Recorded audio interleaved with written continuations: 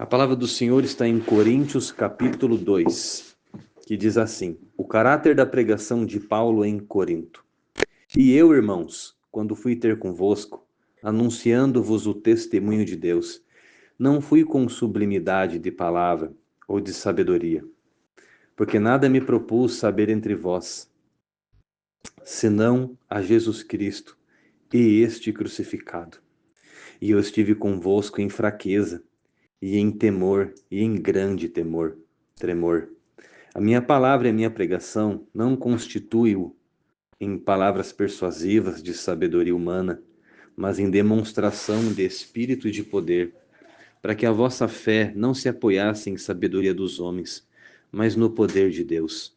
Todavia, falamos sabedoria entre os perfeitos, não porém a sabedoria deste mundo, nem dos príncipes deste mundo que se aniquilam, mas falamos a sabedoria de Deus, oculta em mistério, a qual Deus ordenou antes dos séculos para a nossa glória, a qual nenhum dos príncipes deste mundo conheceu, porque se a conhecessem, nunca crucificariam o Senhor da glória.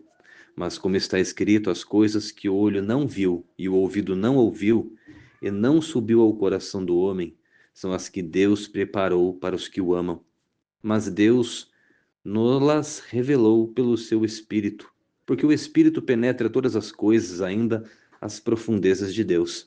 Porque qual dos homens sabe as coisas do homem, senão o Espírito do homem que está nele? Assim também ninguém sabe as coisas de Deus, senão o Espírito de Deus.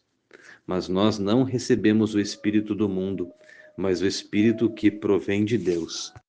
Mas nós não recebemos o Espírito do mundo, mas o Espírito que provém de Deus, para que pudéssemos conhecer o que nos é dado gratuitamente por Deus, as quais também falamos não com palavras da sabedoria humana, mas com as que o Espírito ensina, comparando as coisas espirituais com as espirituais.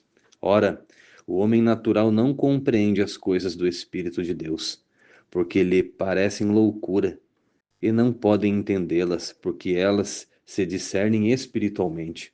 Mas o que é espiritual discerne bem tudo, e ele ninguém é discernido. Porque quem conheceu a mente do Senhor para que possa instruí-lo? Mas nós temos a mente de Cristo. Fala assim comigo: Senhor Jesus, fala ao meu coração. Amém, Senhor Jesus. A palavra do Senhor nos fala hoje, no livro de Coríntios, o caráter da pregação de Paulo em Corinto. Aqui o apóstolo Paulo, ele fala de que maneira e de que forma ele foi aos coríntios anunciar o evangelho do reino. A gente sabe que Paulo era um homem estudado, que ele era aluno de Gamaliel, um grande fariseu da época, um grande estudioso da Torá, um grande estudioso da lei, do Antigo Testamento, dos profetas. E Paulo, então, ele aprendeu todas as coisas da lei com o seu professor, com Gamaliel. Paulo seguiu estritamente todos os mandamentos do Antigo Testamento. Ele buscava ser fiel na sua crença, ele buscava ser fiel na sua religiosidade. Mas quando ele teve um encontro com Jesus Cristo no caminho de Damasco, a palavra do Senhor fala que ele caiu do cavalo, viu uma luz muito forte do céu, e nisso ele escutou a voz de Cristo: Saulo, Saulo, por que tu me persegues? Saulo era um homem perseguidor do evangelho de Cristo. Saulo era um homem que recriminava e discriminava a pregação da cruz. Saulo não ficava contente com a pregação do evangelho. Saulo não se contentava em saber que o evangelho de Jesus Cristo estava crescendo no coração das pessoas.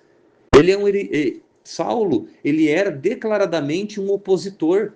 Saulo, ele era o inimigo da cruz. Ele perseguia os cristãos, ele ameaçava a igreja, ele castigava os servos de Cristo, ele incitava as multidões ao apedrejamento. A Bíblia nos fala em Atos que Estevão foi o primeiro mártir da igreja. E quando Estevão foi apedrejado até a morte, Saulo estava ali, apoiando e ajudando no martírio do servo do Senhor. E o servo do Senhor, em contrapartida, enquanto estava sendo morto a pedradas, ele viu o céu se abrir e a glória de Deus. A palavra do Senhor fala, se não me falha a memória, que o rosto desse homem, ele ficou transformado. Eles viam no rosto dele um rosto angelical, porque a alma dele estava sendo entregue ao reino. Então Estevão foi o primeiro mártir, mas Saulo estava ali pregando o fim da igreja. Mas no momento em que Saulo teve encontro com Jesus Cristo, a palavra do Senhor fala que ele ficou cego por 3 dias e 3 noites. Ele ficou em total escuridão, porque o caminho dele era um caminho de trevas. O caminho dele não era um caminho de luz. Então Saulo, ele teve que ser transformado por Cristo. E essa transformação de Saulo para Paulo demorou aproximadamente 3 dias, onde o próprio Espírito Santo de Deus trabalhou e transformou a vida de Paulo para que ele fosse de um perseguidor da igreja, um homem cheio do Espírito Santo, repleto do conhecimento de Cristo, cheio da revelação da Escritura. Então, no momento em que Saulo se transformou Paulo e se converteu ao cristianismo, ele, cheio do Espírito Santo e com total ousadia de Deus, ele começou a pregar o evangelho do reino. Então ali ele compreendeu que o segredo e o mistério revelado por trás da lei do Antigo Testamento e dos profetas não era a perseguição, não era o martírio dos cristãos, não era aniquilar com a fé em Cristo, mas sim era viver. Porque Jesus Cristo, ele mesmo falou que ele não veio desfazer a lei, mas ele veio cumprir. A essência da lei do Antigo Testamento estava em Cristo Jesus. Jesus Cristo foi santo. A lei ensinava o homem a ser santo. A intenção da lei foi guiar o homem à santidade. A Bíblia nos mostra que no Antigo Testamento, se um homem pecasse, ele tinha que realizar um sacrifício. E dependendo do grau de pecado de iniquidade, maior seria o sacrifício.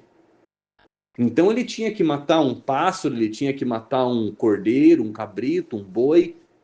E assim consecutivamente a lei ensinava.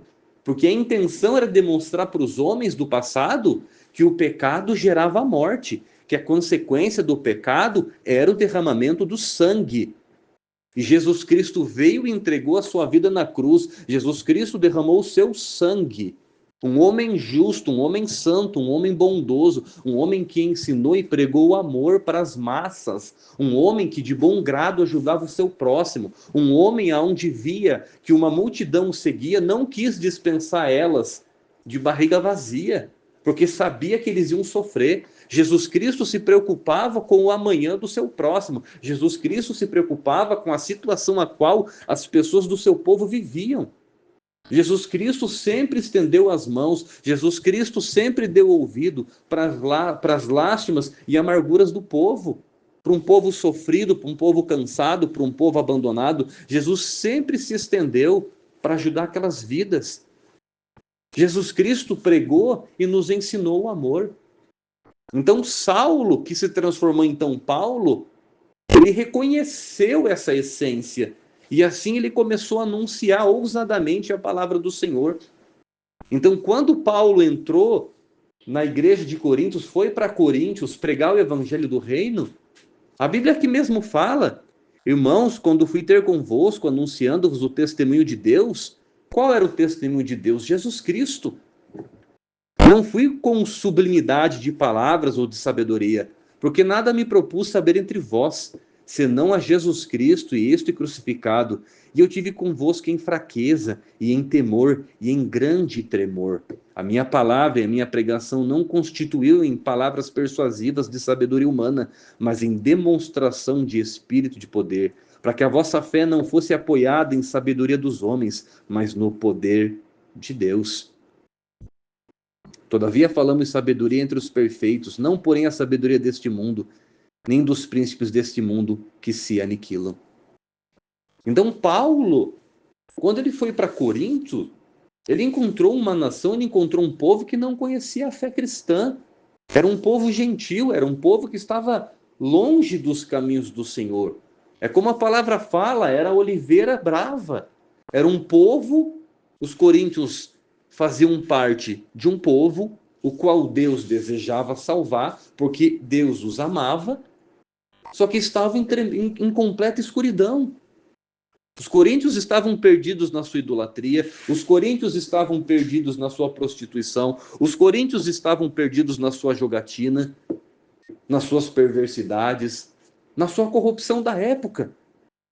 Então Paulo, chegando em Coríntios, ele não quis persuadir as pessoas, ele não quis demonstrar palavras de sabedoria. Paulo, ele não quis a luz dos holofotes.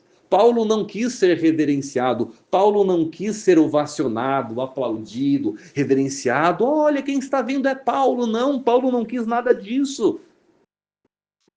A Bíblia fala aqui no versículo 2: porque nada propus saber entre vós, senão a Jesus Cristo, a este crucificado. E eu estive convosco em fraqueza, e em temor, e em grande tremor.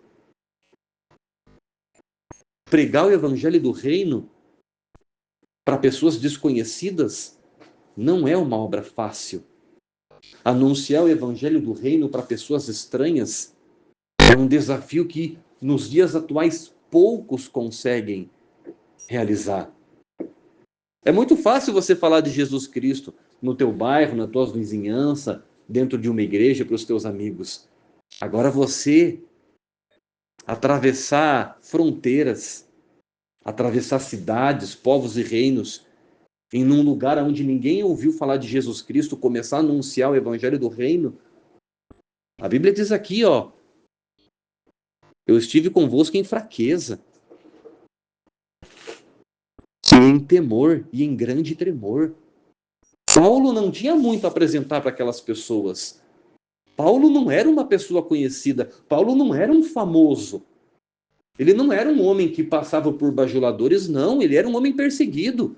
Ele era um homem que muitas vezes era rejeitado, era cuspido na cara, provavelmente não andava com roupas boas, era um homem que passava frio, que passava sede, que passava fome, era um homem que não tinha aparência nenhuma.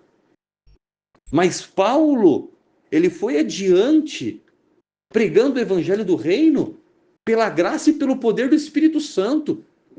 Então nós temos que entender que por trás do evangelho de Cristo não são palavras de sabedoria humana, não são estudos teológicos que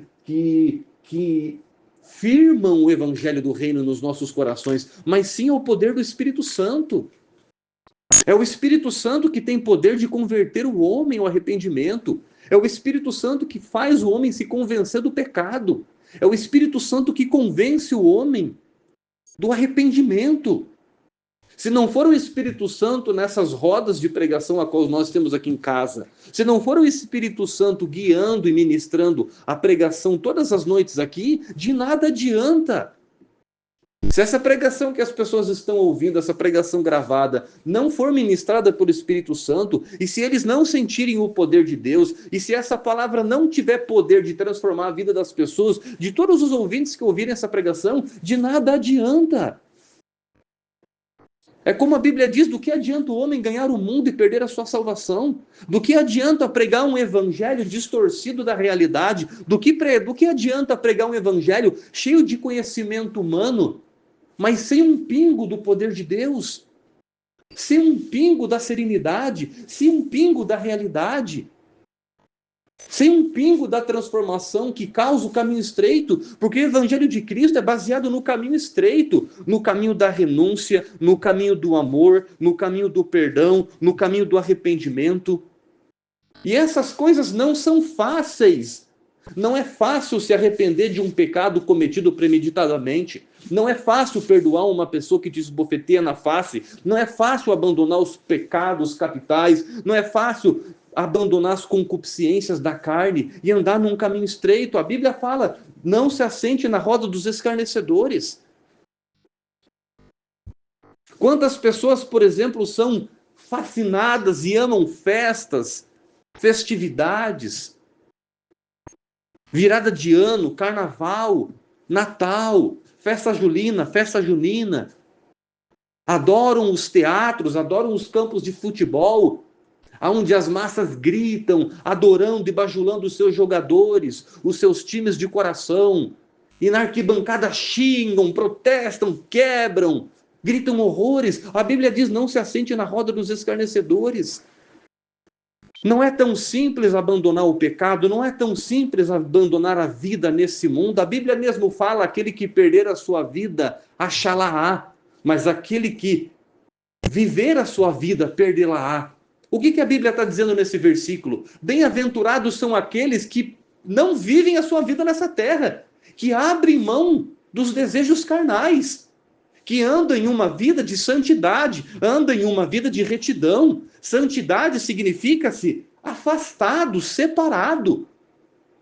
Então, o cristão verdadeiro, pelo poder do Espírito Santo, ele tem sim uma vida separada. Ele se guarda, ele se detém do tropeço. Jó, um homem reto, íntegro, temente a Deus, que se desviava do mal. Se Jó se desviava do mal, porque ele era cheio do Espírito Santo. E a testificação maior de que Jó era um homem cheio do Espírito Santo foi a provação que ele passou.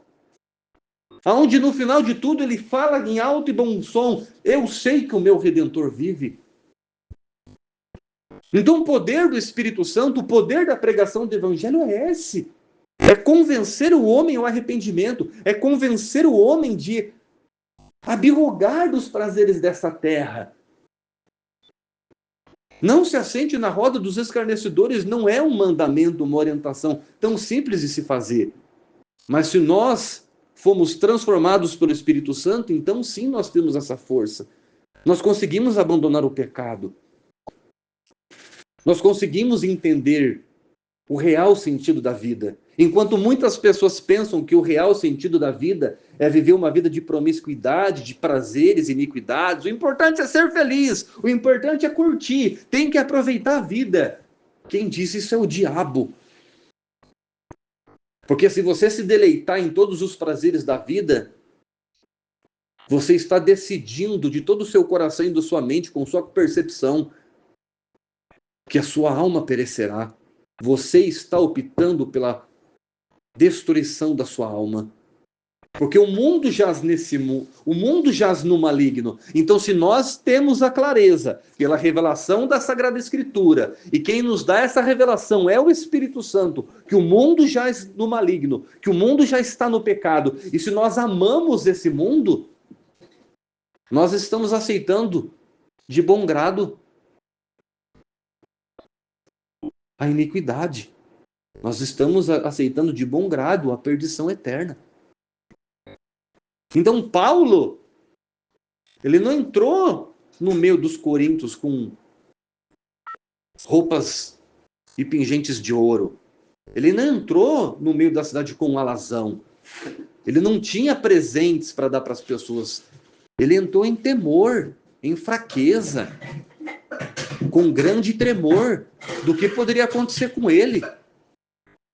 Nós vemos na Sagrada Escritura que Jonas, presta bem atenção, Jonas fugiu do propósito de Deus por temer pela sua vida.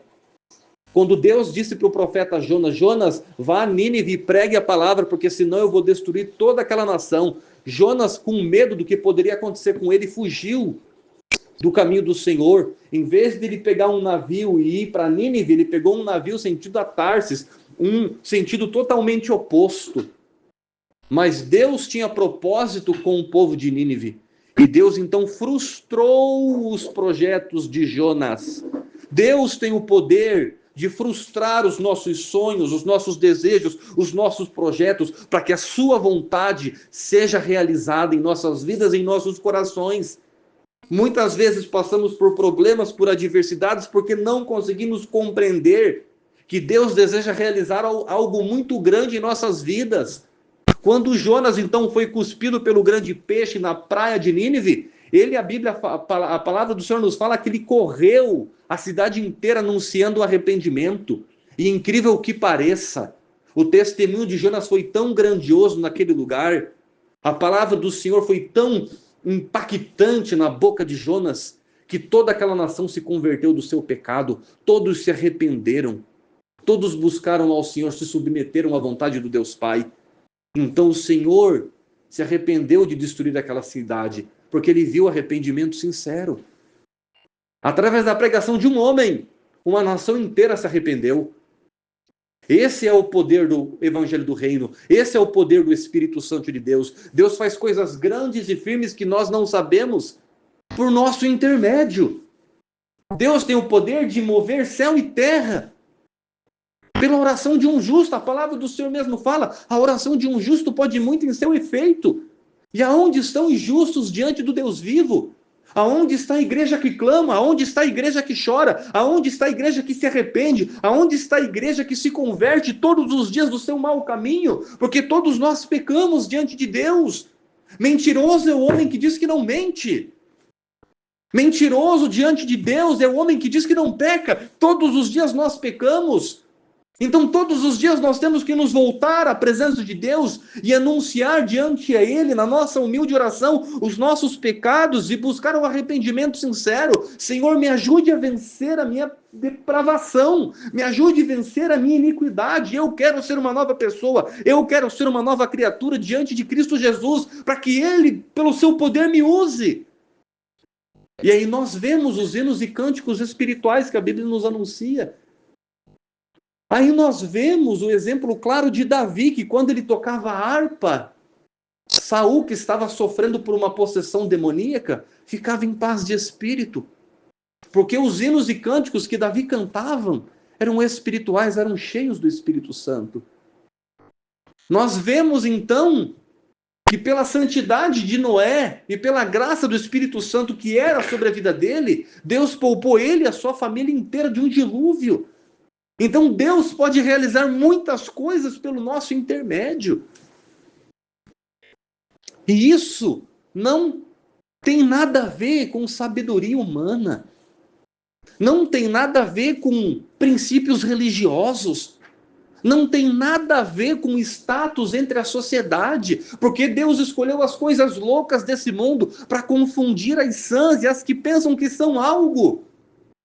Então o Espírito Santo se move na vida do cristão de uma maneira poderosa, a qual as cartas escritas pelo apóstolo Paulo são lembradas até os dias atuais, porque Paulo era um homem cheio do Espírito Santo, um homem cheio que transbordava o poder de Deus. Era um homem o qual melhorava, os mortos ressuscitavam, os coxos andavam, os cegos enxergavam, e as almas se rendiam ao reino. As almas eram salvas. A unção do Espírito Santo na vida de Paulo era tão grande que nem da morte ele tinha medo. Nem a morte ele temia mais. Porque ele conheceu a essência do evangelho do reino. Ele conheceu claramente o testemunho de Deus para com os homens. Ele teve um encontro com Jesus. E é desse Jesus que eu te falo hoje. É esse Jesus que muda a vida do homem. É esse Jesus que transforma a vida de um pecador em uma vida reta, de santidade. É esse Jesus Cristo que testifica todos os dias na vida do homem o seu infinito amor, lhe dando paz, lhe dando amor, lhe dando esperança, lhe dando confiança em dias melhores. Abraão peregrinou toda a sua vida em busca da terra prometida e morreu, supostamente sem tê-la. Mas hoje ele está diante do Deus vivo. Abraão recebeu a sua promessa. Abraão não somente recebeu a sua promessa pela fé, mas recebeu algo muito maior do que ele esperava. Porque nada desse mundo se compara com as coisas que vêm do alto, das coisas que vêm de Deus. Então aquilo que Deus preparou para Abraão, e Abraão foi fiel pela fé, porque ele era cheio do Espírito Santo, porque ele aceitou a renúncia, ele aceitou a obediência, ele desejou a obediência à palavra do Pai. Então ele recebeu algo muito maior. Nós nos limitamos, nós que erramos, nós que diminuímos o projeto de Deus em nossas vidas. Mas quando o evangelho do reino entra em nossos corações e manifesta o seu poder, não há joelho que não se submeta. É como a palavra do Senhor fala que quando Jesus Cristo vier, todo o joelho se dobrará. Porque todos serão obrigados a reconhecerem que Ele é o Senhor e Salvador das nossas almas. Todo joelho se dobrará. Todos serão obrigados a dizer que Ele é o Rei soberano. Não porque ele submeterá as pessoas às nações, porque as pessoas realmente verão essa glória. As pessoas sentirão esse poder. As pessoas terão seus corações quebrantados pela glória do Eterno. E nenhum joelho aguentará ficar firme diante da vinda do Cordeiro de Deus. Porque quando Cristo vier, ele revelará a grandeza do Pai.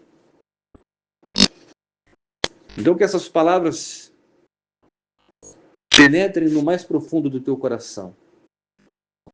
Que as palavras reveladas hoje possam transformar a sua vida e te dar a clareza que o Evangelho não é somente, não é um modismo, não é um costume, não é algo supérfluo ou passageiro.